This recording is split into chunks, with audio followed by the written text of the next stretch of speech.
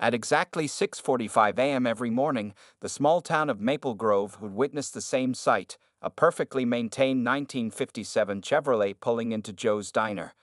Behind the wheel sat Harold Thompson, a 93-year-old World War II veteran whose routine was as steady as a ticking clock. On this particular morning, Harold's wrinkled hands gripped the steering wheel of his beloved car, which shone like a jewel in the early sunlight. The seafoam green paint didn't have a single scratch, and the chrome trim sparkled as if it had just rolled off the factory floor. Local folks often joked that Harold spent more time polishing that car than sleeping.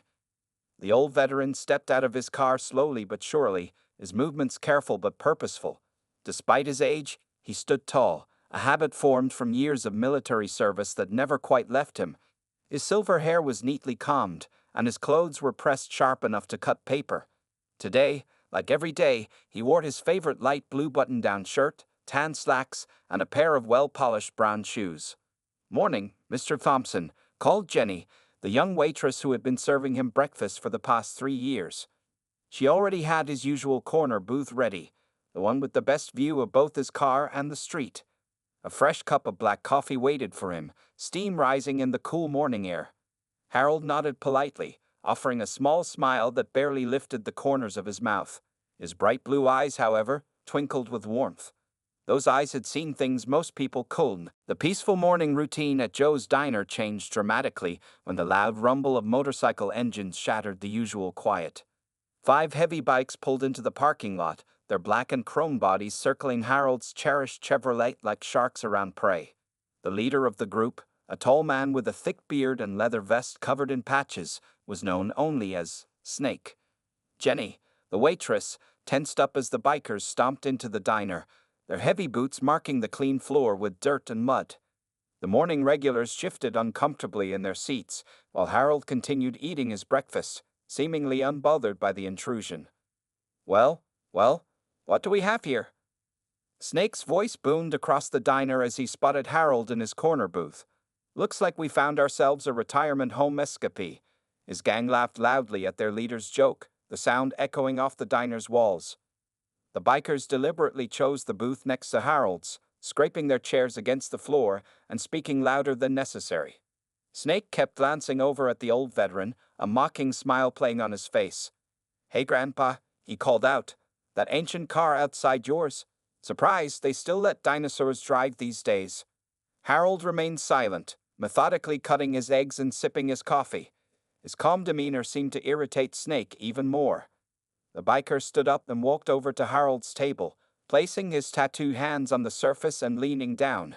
"You deaf, old-timer? Or just too scared to answer?" Snake's breath smelled of cigarettes and coffee as he invaded Harold's space. The other customers watched nervously, but no one dared to intervene. Jenny tried to defuse the situation, approaching with fresh coffee. "Sir, please return to your table. Mr. Thompson is a regular here, and we don't want any trouble." "Trouble?" Snake straightened up, spreading his arms wide. "We're just trying to have a friendly conversation with Gramps here, teaching him about sharing public spaces." He turned to his gang, who snickered on cue. Outside, one of the bikers deliberately backed his motorcycle up until it was inches from Harold's Chevrolet. Through the window, Harold watched this display without expression, though his grip on his coffee cup tightened slightly. The harassment continued throughout breakfast. The bikers made loud comments about retirement age and old folks' homes, while taking turns going outside to move their bikes closer to Harold's car. Each time they returned, they'd make exaggerated, worried faces about accidentally scratching the vintage vehicle. When Harold finally stood to leave, Snake stuck out his boot, nearly tripping the elderly man. Harold caught himself on the edge of the table, his coffee cup clattering but not spilling. The diner fell silent. "Oops," Snake said with fake concern. "Getting a bit wobbly there, aren't you, Grandpa? Maybe it's time to give up that driver's license." Harold straightened his shirt, placed his usual tip on the table, and walked steadily to the door. As he passed the biker's table, Snake called out, "Same time tomorrow, old-timer? We'll be sure to save you a spot, if you can make it up that early without your nurse." The gang's laughter followed Harold out the door. He found his car surrounded by motorcycles, barely leaving him enough room to open his door. With careful precision, he managed to get in and start his engine. The bikers watched through the window, making bets on whether he hit their bikes while trying to leave. To their surprise, Harold maneuvered his Chevrolet out of the tight spot with expert skill, not coming close to touching any of the motorcycles. As he drove away, Snake watched him with narrowed eyes, already planning the next day's entertainment. Jenny approached their table with obvious distaste. "You should know that Mr. Thompson is a war hero," she said firmly, refilling their coffee cups. "He's been coming here longer than I've been alive." "War hero?" Snake scoffed, taking a long drink of coffee. "Those days are long gone, sweetheart. Times have changed.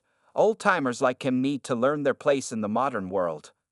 Little did Snake and his gang know, they had just started a chain of events that would teach them their own harsh lesson about respect, age, and appearances. Harold Thompson might have seemed like an easy target, but the next few days would prove just how wrong they were about the quiet old veteran in the corner booth. Over the next 3 weeks, Snake and his gang turned their harassment of Harold into a daily ritual. Each morning, they arrived earlier and earlier, determined to make the old veteran's life difficult. The peaceful atmosphere of Joe's Diner had transformed into a stage for their cruel entertainment. On this particular morning, they crossed a line that shocked even the most hardened customers. Harold arrived to find all his usual parking spots taken up by motorcycles. When he finally found a space at the far end of the lot, Snake's gang surrounded his car before he could get out. "Need some help there, Grandpa?" Snake taunted, leaning against Harold's driver's side window. "We could call a nursing home shuttle for you." The other bikers laughed, circling the Chevrolet like vultures. One of them, a biker nicknamed Rusty, deliberately scraped his key along the car's pristine paint job. Harold's face remained calm, but his eyes flickered briefly to the fresh scratch on his beloved car. This vehicle had been with him for over 60 years, maintained in perfect condition through countless seasons. Now, a single malicious act had marred its surface. Inside the diner, the situation grew worse. The bikers had taken over Harold's usual corner booth, forcing him to sit at the counter. Jenny, the waitress, tried to serve Harold his usual breakfast, but Snake stuck out his foot, causing her to trip. The plate of eggs crashed to the floor, shattering into pieces. "I'm so sorry, Mr. Thompson," Jenny said, fighting back tears as she cleaned up the mess. Harold simply nodded, his dignity intact despite the humiliation. The diner's owner, Joe Martinez, watched from behind the counter, his face dark with anger but his hands tied by fear of retaliation against his business. The harassment continued throughout the morning. When Harold tried to drink his coffee, one of the bikers would bump his elbow. When he attempted to read his newspaper, they would blow cigarette smoke in his direction. Each act of bullying was met with Harold's steadfast silence, which only seemed to fuel their determination to break him. Other customers began avoiding the diner altogether. The once busy morning rush dwindled to a handful of regulars who couldn't bear to abandon Harold but felt powerless to help. Some had tried calling the police, but the bikers always behaved themselves when officers showed up, only to resume their torment once the authorities left. The turning point came when Snake decided to take things further. He approached Harold at the counter, holding a small box. "Hey, old-timer, we got you a present," he sneered, placing it in front of Harold. Inside was a pair of rusty dog tags, clearly stolen from Harold's car during their morning harassment. These weren't just any dog tags. They had belonged to Harold's best friend, who had died saving Harold's life during the war. He had kept them in his car's glove compartment for decades as a reminder of sacrifice and brotherhood. The diner fell silent as Harold stared at the dog tags. For the first time since the harassment began, his hands trembled slightly. Jenny watched in horror, expecting to see the old man break down. Joe reached for the phone, ready to call the police. But Harold did something unexpected. He carefully picked up the dog tags, placed them in his pocket, and continued eating his toast as if nothing had happened. This clear display of unshakable composure visibly unsettled Snake and his gang. They had expected tears, pleas, or anger. Anything but this dignified silence. "What's wrong with you, old man?" Snake demanded, his voice rising with frustration. "Too scared to stand up for yourself, too weak to fight back." The other bikers joined in, their taunts growing louder and more desperate. Harold finished his breakfast, left his usual tip, and stood up to leave. As he walked past Snake, he paused for just a moment. It was brief, but something in his eyes made Snake take a step back. There was a strength there, a hardness that spoke of battles fought and won long before Snake was born. That evening, after the diner had closed, Jenny found Harold's usual tip on the counter, along with a note. It read simply, "Thank you for your kindness. Tomorrow will be different." She didn't know it then, that those 4 words would prove to be the understatement of the year. The next morning would bring a revelation that would change everything, not just for Harold and the bikers, but for the entire town of Maple Grove. The quiet old veteran was about to show everyone exactly why appearances can be deceiving, and why some people are quiet not out of weakness, but out of strength. The next morning dawned like any other at Joe's diner, with Snake and his gang already stationed in their usual spots, waiting to torment Harold. The bell chimed at exactly 6:45 a.m., and Harold walked in, carrying something none of them had seen before, a worn leather briefcase. "Look who's brought his retirement papers," Snake called out, earning the usual chorus of laughter from his gang.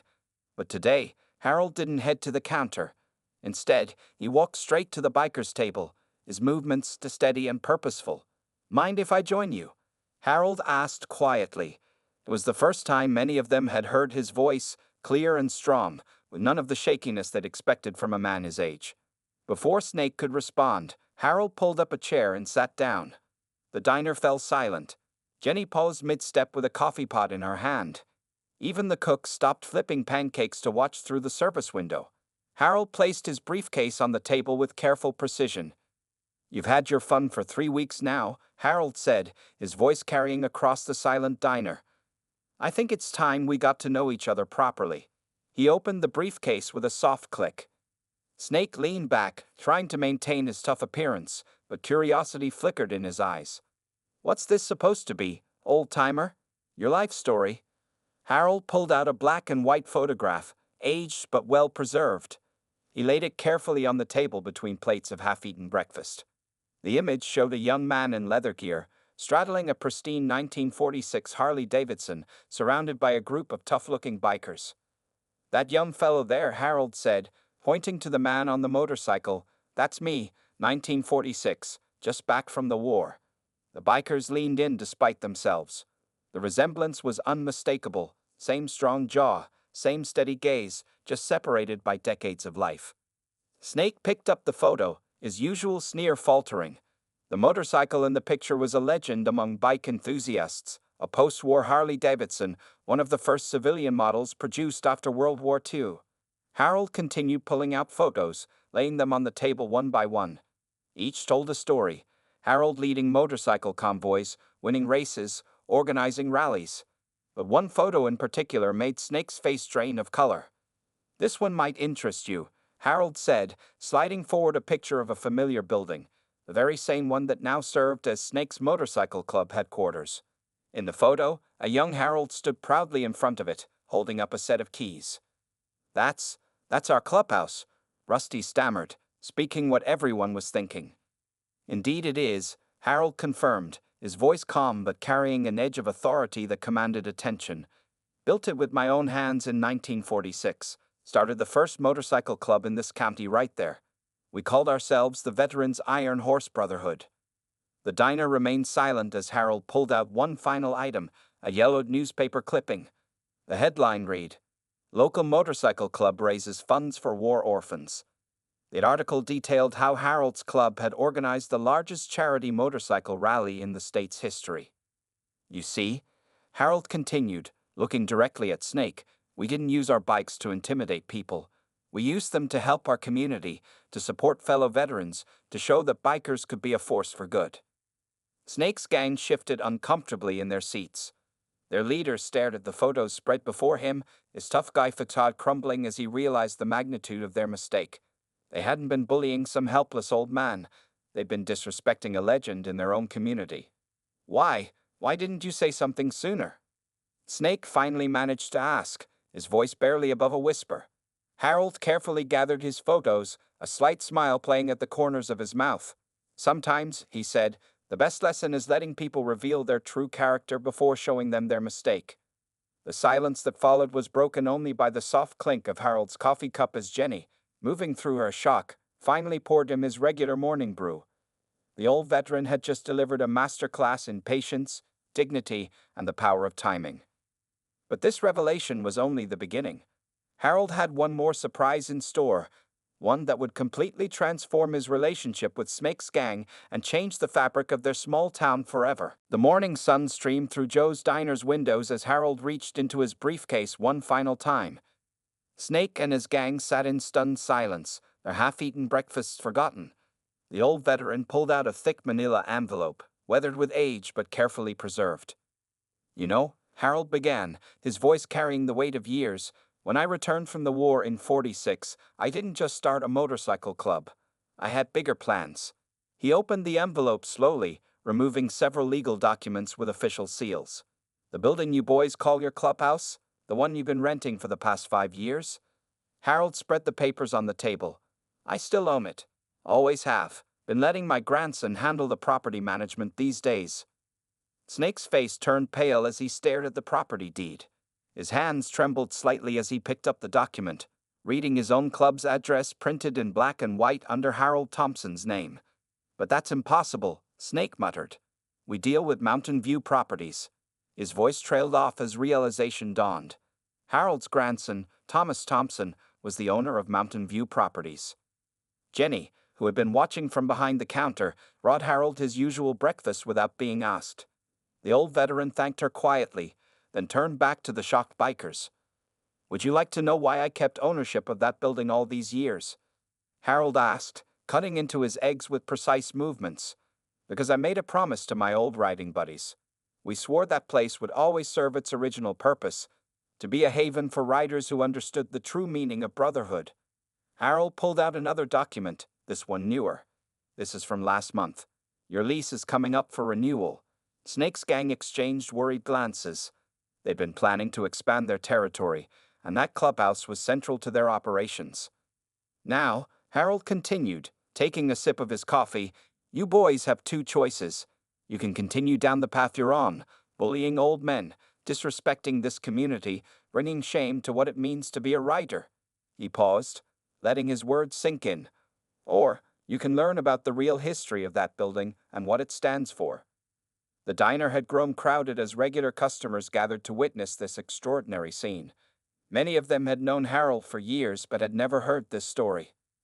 "That clubhouse," Harold explained, "hosted the first integrated motorcycle club in the state. We welcomed riders of all backgrounds when such things weren't common. We raised money for veteran hospitals, organized charity rides for orphanages, and created a scholarship fund for underprivileged kids." He pulled out one final photograph, a group shot of his old club standing proudly in front of the building. The diversity in the image was striking, especially for that era. "Every Sunday," Harold continued, "we host community breakfast rides. Families would gather, kids would learn about motorcycle safety, and we'd collect donations for local causes. That building wasn't just a clubhouse, it was the heart of our community." Snake looked down at his leather vest, covered in patches that suddenly seemed meaningless compared to the legacy he was learning about. "The choice is yours," Harold said, finishing his breakfast. "But if you want to keep that clubhouse, you'll need to honor its history. The rent will stay the same, but the terms will change. You'll return to the original mission of the Veterans Iron Horse Brotherhood." The old veteran stood up, gathering his documents with careful precision. "I'll give you a week to decide. If you're interested in learning what real brotherhood means, meet me here next Sunday at sunrise. If not," he shrugged, "I hear the old Mason building downtown is available for rent." As Harold walked toward the door, Snake suddenly stood up. "Mr. Thompson," he called out, his voice carrying a respect that had been absent just hours before. "Those Sunday breakfast rides. Do you still remember the routes?" Harold paused at the door, a small smile crossing his weathered face. "Every turn," he replied. "Been riding them in my mind for 40 years. The bell chimed as Harold left the diner, leaving behind a group of bikers who had just received the most important lesson of their lives.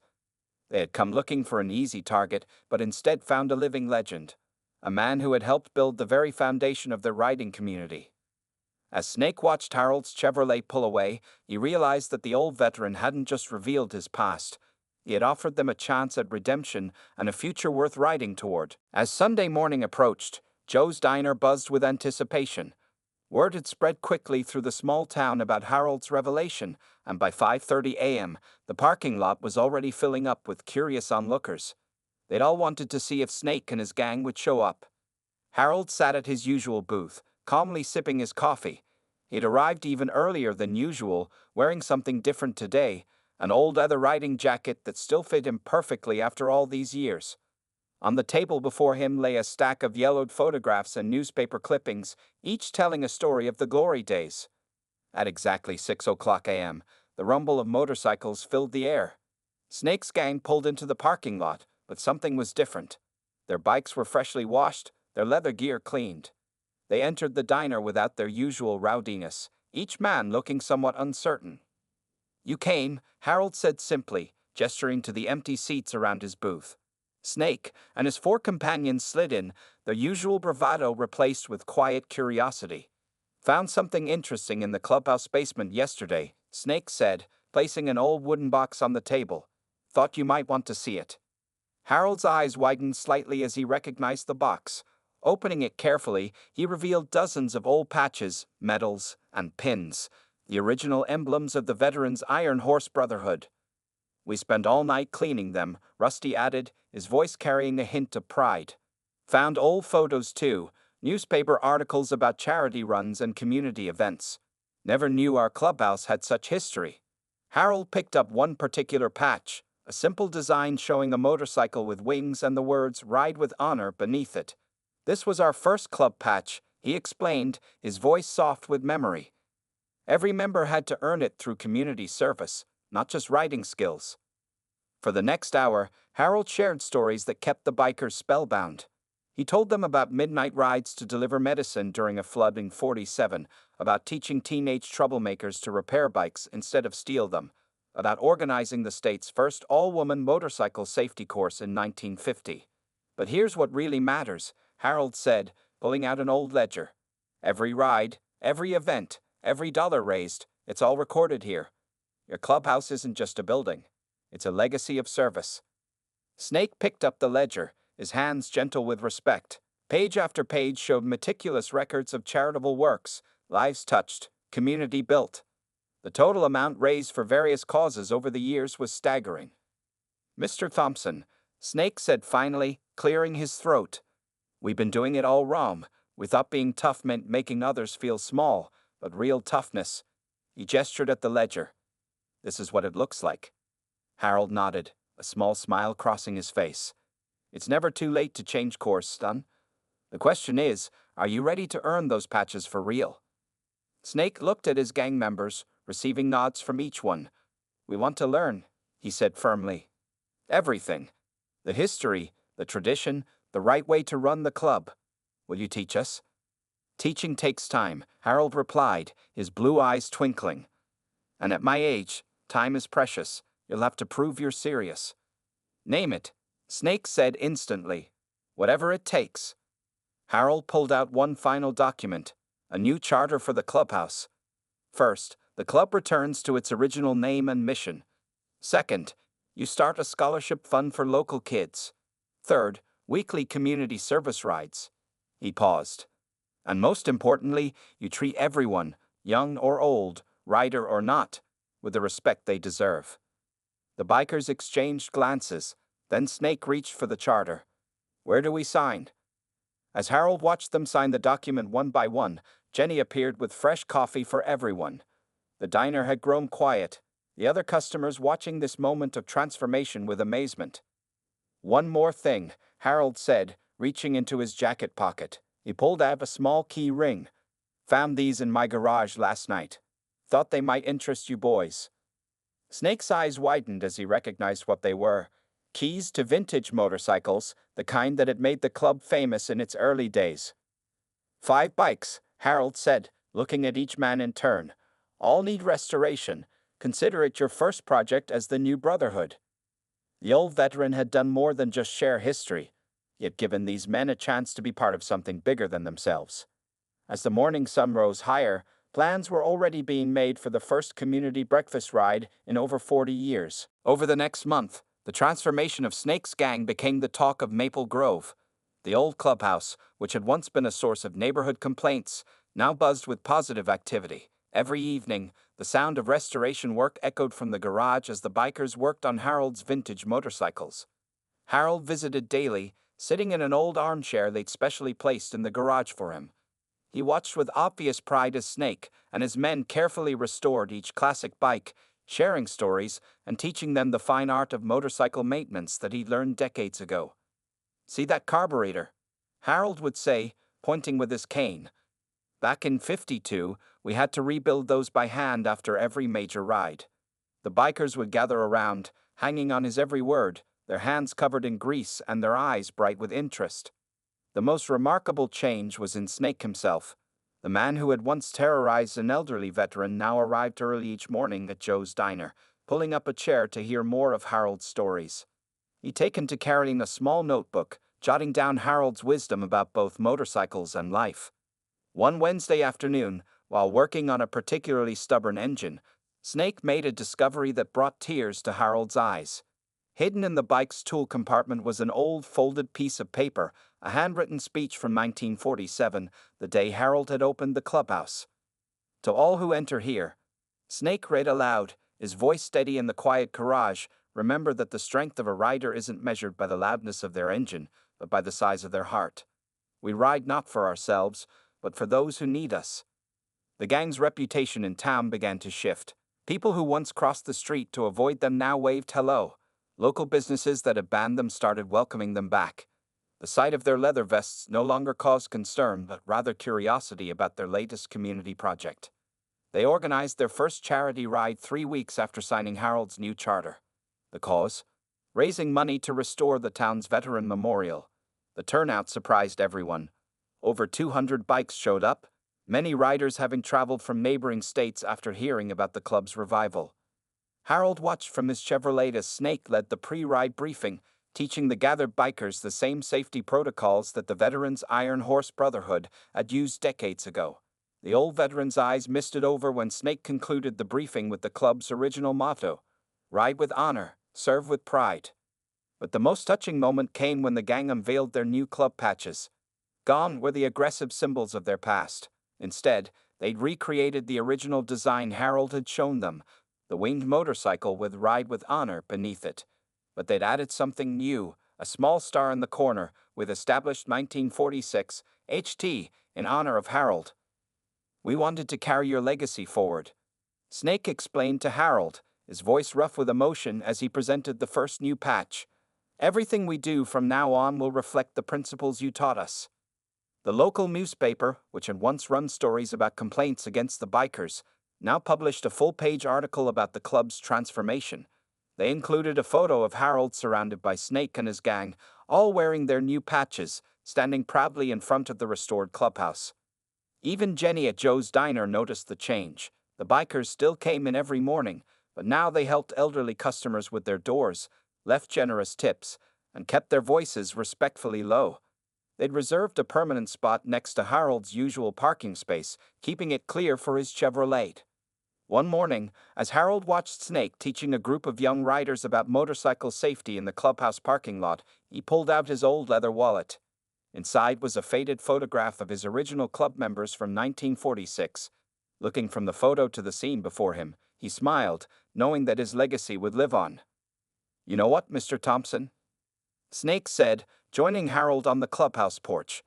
"We thought we were tough guys before, but it takes more strength to help people than to scare them." Harold nodded, his weathered face creasing with a smile. "That's the thing about true brotherhood," he replied. "It's not about how many people fear you, but how many lives you make better." As the sun set behind the clubhouse, casting long shadows across the lot full of motorcycles both old and new, Harold knew that his decades-old promise to his wartime brothers had been kept. The spirit of the Veterans Iron Horse Brotherhood was alive and well, carried forward by an unlikely group of reformed rebels who had learned the true meaning of respect. On Harold Thompson's 94th birthday, Maple Grove witnessed something extraordinary. The sun had barely risen when the rumble of motorcycles filled the streets. Hundreds of riders from across the state converged on Joe's diner's parking lot, each bike polished to perfection, each rider wearing the winged patch of the Veterans Iron Horse Brotherhood. At the center of this gathering stood Snake, now transformed from a troublemaker into a respected leader. Beside him was Harold's beloved 1957 Chevrolet, but it wasn't alone anymore. Next to it sat a completely restored 1946 Harley-Davidson, the same model from Harold's old photographs, brought back to life through months of painstaking work by Snake and his crew. "Mr. Thompson," Snake announced, his voice carrying across the crowd, "we have a birthday surprise for you." He gestured to the gleaming motorcycle. "We found her in an old barn 2 counties over. Took us 4 months to restore her, using all the techniques you taught us." Harold approached the motorcycle slowly, his hand trembling slightly as he touched the familiar handlebars. The bike had been painted in the original colors of his first motorcycle, right down to the hand-painted pinstripes he'd done himself back in '46. "But that's not all," Snake continued, nodding to someone in the crowd. Harold's great-grandson Tommy, a capable young man of 25, stepped forward wearing a leather jacket with the club's patch. "Tommy here has agreed to be your driver today. If you're willing, we'd like you to lead one last ride." Harold's eyes sparkled with tears as he looked at the assembled riders. Among them were veterans, young families, business people, and even Jenny from the diner, all wearing the club's patches, all there to honor the man who had taught them about true brotherhood. The old veteran straightened his back, years seeming to fall away from him as he nodded. "Well," he said, his voice strong and clear, "what are we waiting for?"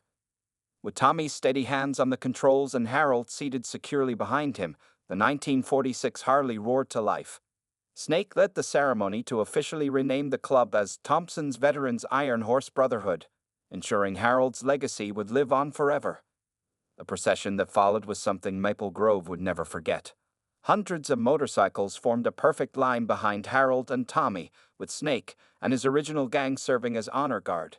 They rode Harold's old charity run route, passing by the Veterans Memorial they'd restored, the children's hospital they now supported, and the high school where their scholarship fund had already helped 3 students attend college. At each stop, people lined the streets, waving and cheering. Many held signs thanking Harold for his service, not just in the war, but to the community he'd helped build over the decades. The local police provided an escort, their lights flashing in tribute. When they finally returned to Joe's diner, Harold's face was glowing with joy. The ride had awakened something in him, bringing back the feeling of freedom and purpose that had inspired him to start the Brotherhood so many years ago. "You know," Harold said as Snake helped him off the motorcycle, "when I came back from the war, I had a dream about bringing people together through riding. Today, I saw that dream living on in all of you." Snake presented Harold with one final gift, a new leather jacket with a special patch. Unlike the others, this one had a gold border and the words, "Founding Father," stitched beneath the winged motorcycle. From now on, Snake announced to the crowd, "Every new member will have to learn your story, Mr. Thompson. They'll know that true strength isn't about intimidation, it's about lifting others up and serving your community with honor." As Harold sat in his usual booth at Joe's diner, surrounded by hundreds of riders who now carried forward his legacy, he thought about those 3 weeks when Snake's gang had bullied him. What had seemed like the worst at times had transformed into something beautiful, a rebirth of brotherhood, service, and respect. Jenny brought out a massive birthday cake, decorated with both the motorcycle and Harold's beloved '57 Chevy. As the crowd sang Happy Birthday, Harold looked around at the faces of his new family, young and old, bikers and townspeople, all united in celebration. "You've given us something priceless," Snake said quietly to Harold as the cake was being served. "You've taught us that it's never too late to change, never too late to make things right, and never too late to become part of something bigger than yourself." Harold smiled, watching as his great-grandson Tommy chatted with the younger riders, ensuring the next generation would carry the Brotherhood's values forward. Sometimes, he realized, the greatest victories come not from confrontation, but from patience, wisdom, and the willingness to show others a better path.